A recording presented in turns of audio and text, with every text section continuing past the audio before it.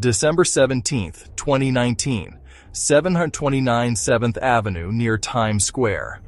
A 17-story 1915 building with a Class 1 facade violation already on file. Morning foot traffic slid past, unaware beneath the cornice. The warning lived on paper. The fix waited. Above one of the busiest blocks, the facade held its breath. Wind, time, and rust kept working. Paperwork flagged it, but action lagged while pedestrians passed below. The system kept the street open. The hazard remained.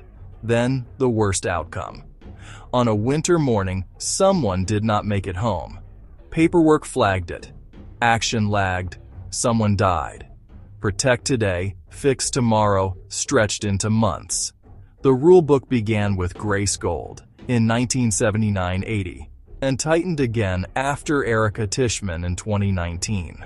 Ahead, we'll unpack how safety proofing can miss performance and why a city that passes can still scare itself, especially when storms and schedules press in. 3 kinds of scares repeat in the dense city: pieces falling, machines above drifting, and smoke where you need clean air. On windy days, crane booms sail. Operators park them loose so the wind can swing through. In a fire, stairwells are supposed to be lungs. Prop one door and the lung breathes the wrong way. Different rulebook, same instinct. Fire and life safety codes run beside facade law. We're blending them here to show the pattern. In one Midtown case, a single ornament let go, Erica Tishman, and a person below never went home. Behind every guardrail and rating is Local Law 11, formalized as FISP, with 5-year inspections filed with the Department of Buildings. It is written by committees who remember disasters, test workarounds, and try to make one rule fit 1,000 buildings. The rules do 2 things at once. They set a floor for safety, and they draw a box around what counts as safe. Owners learn to live inside that box. Meet the floor, keep the sidewalk open, move on. Shops go dim for months. Streets feel like tunnels. People adapt to posts in their path, drips in their collar, and detours in the rain. The checklist gets a mark. The deeper crack may wait, just out of reach. And in the systems nobody sees, parts seize until the day they are needed. Here are the questions. When does passing safety create new risk? And why does the city that tries the hardest keep getting headline scares? The answer lives where rules meet weather and budgets. First, the early payoff. To stop falling pieces, Local Law 11, FISP, requires 5-year facade checkups and sidewalk sheds to protect people while work waits. Owners learned a rhythm. Put up the shed fast, schedule the repair slow. About 9,000 active sidewalk sheds, citywide. Together, they cover roughly 400 miles of sidewalk. The average shed lasts nearly 500 days, long enough for hidden cracks to grow. And at 409 Edgecombe Avenue, a temporary shed stayed for 21 years. Then wind does what wind does. The shed earns its keep. The scare makes the news anyway. Here's the first payoff. Incentives around the rules changed behavior first, building second. Sheds turned into quasi-permanent cover that can camouflage pre-existing decay. The same pattern shows up inside. Doors meant to block smoke get wedged to make work easier. It works, until the day it does not. Safe enough to pass, not safe enough to relax. This is the floor's finish line problem. Rule books are built by memory. In New York, that memory begins with Grace Gold, 17. Killed by falling terracotta on May 16, 1979, at 601 West 115th Street. The city answered with Local Law 10 of 1980, cyclical facade inspections for buildings over 6 stories, first aimed at street-facing walls, with proof documented to pass. After more scares, Local Law 11 of 1998 expanded the rule to every facade, not just the street side, making the checks around the building.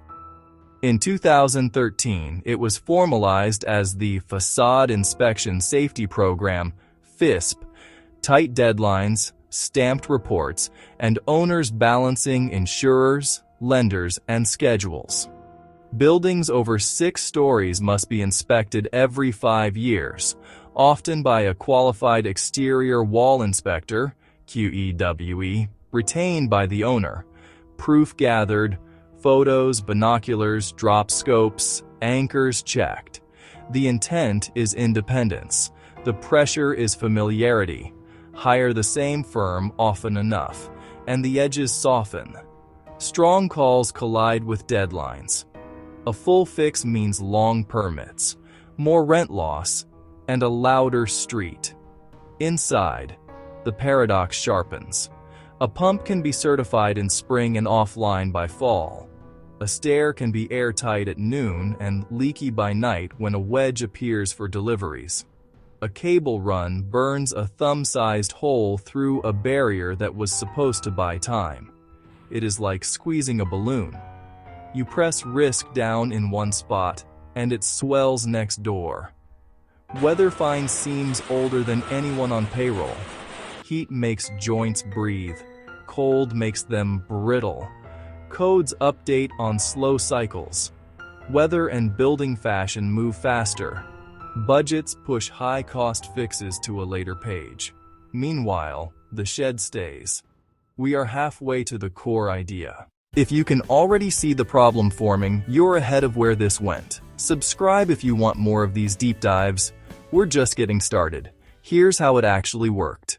Here is the heart. Incentives around the code steer designers and owners toward passing checks, not the code itself.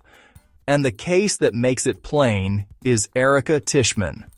What is measured glows. What is unmeasured dims. Proof piles up on paper.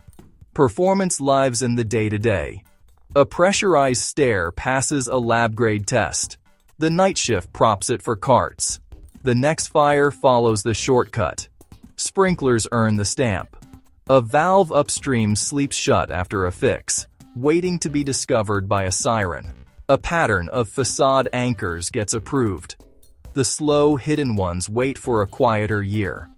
Think of an airport. The main line is strict because it is checked. The side door for staff is where mistakes sneak. In buildings, the side door is a thumb-sized notch, a forgotten valve, a propped latch. Each scare tightens the rules. Each tightening grows workarounds. The workarounds hide the next scare. Places with dense towers and active construction multiply contact with the rulebook. From April to December, pages turned while fixes waited. Time became the riskiest material. April 2019, a Class 1 violation at 729 7th Avenue, failure to maintain the exterior facade, puts the hazard in writing. Despite the flag, a shed goes up, work queues form, and the street is declared safe enough. Backups only work if the anchor is sound. You can stack redundancies and still lose to a rotten base. In a tower, the base is the path people take. A single open stair door beats all the gadgets at once. On December 17, 2019, in Midtown Manhattan, Erica Tishman was killed. The Department of Buildings crackdown that followed stretched sidewalk sheds for miles. The quiet killer on older walls is rust at the hidden shelves that hold the edge. On glass towers, it is gaskets that relax and tiny slips at anchors that add up. That is the loop. Proof on paper, performance in the wind. Life goes on undercover. Shops lose light, lose views, and lose impulse foot traffic. Pedestrians thread a maze of posts and pallets. The sheltered side feels like a tunnel. People cross the street to avoid it. At landmark 409 Edgecombe Avenue, a temporary shed stayed up for 21 years. Temporary starts to sound permanent.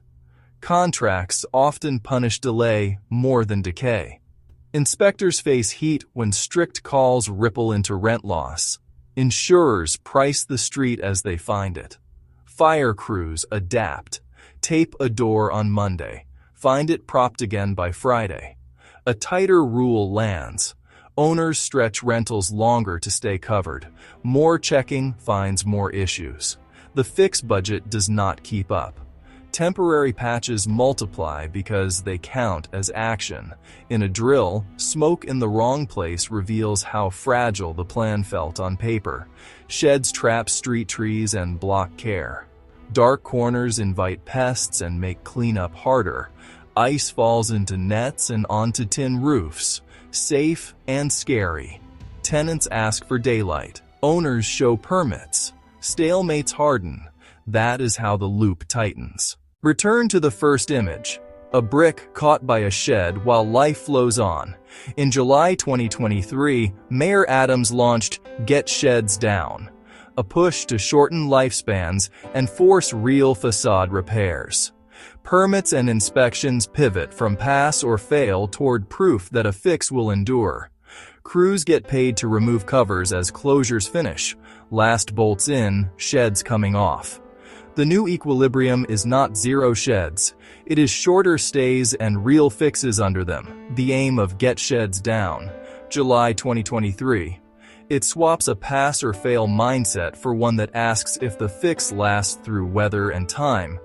Contracts pay for closures, not covers. And covers come down as the last bolt goes in. Break the loop by rewarding root fixes instead of workarounds. Test with people, not only with meters. Look behind the face and fix what you find right away. That is how a city that passes stops scaring itself. This is not a story about bad buildings. It is a story about incentives aimed at proof instead of performance. Checklists matter. They just cannot be the finish line. Safety by understanding beats safety by theater. Subscribe if this is your kind of story. We cover systems like this every week. And if you've ever walked a block under sheds for months on end, drop it in the comments. What scenario should we explore next? Share your ideas below. You've been watching IfVerse, where imagination meets possibility. See you in our next reality.